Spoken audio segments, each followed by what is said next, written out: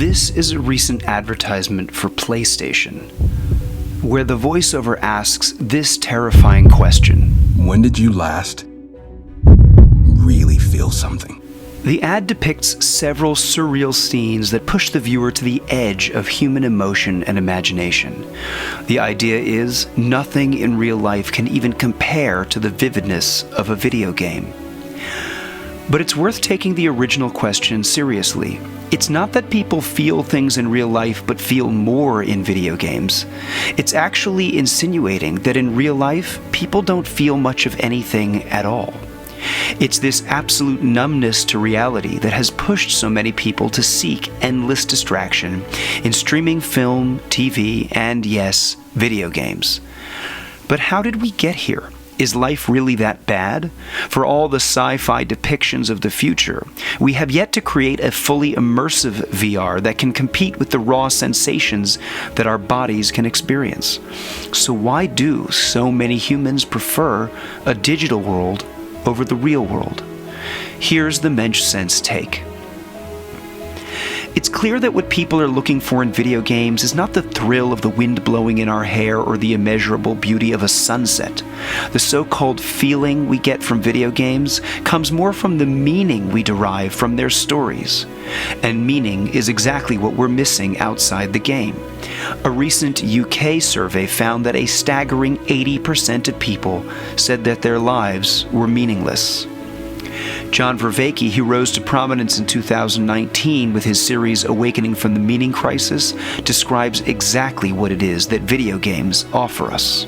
What are they getting in a video game that they're obviously lacking in the real world? Well, what they have is they have a narrative structure. There's a narrative structure that tells them what the story is and what part they play in it and orients them towards a purpose. So, purpose. The first part that is essential to a life of meaning is purpose. What exactly are we here for? If we work to live and live to work, then we're not moving towards anything except the need to perpetuate our own existence. But in the game, we have to save the princess, slay the dragon, and defeat evil. They have a nomological structure. What do I mean by that? They have a sense of, there's a set of rules, laws and rules, that make sense of that world, so they understand how that world works. The second ingredient in a life of meaning is coherence. We need to know the rules of the game in order to figure out how to win. The skills have to be attainable. But in a world where we are unsure of what a good life even looks like, and the choices of our lives become even more endless, it becomes almost impossible to know if we're winning at all. Third, right? You need significance. What that means is you need something that gives you a normative staircase, that something that gives you a way by which you can get in touch with the really real. The third element is significance. Not only do you have a purpose, but you have a unique purpose. In the video game, only you can save the world, and you are the hero. But in our industrialized modern society, you're one of 10,000 Amazon delivery drivers in this city alone.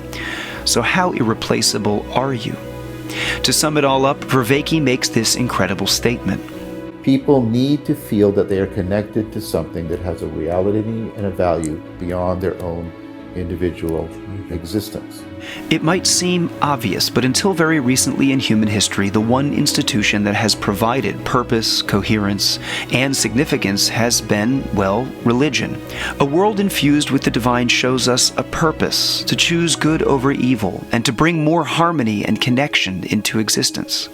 It gives us clear coherence, instructions for what is right and wrong, and how we progress on the spiritual path.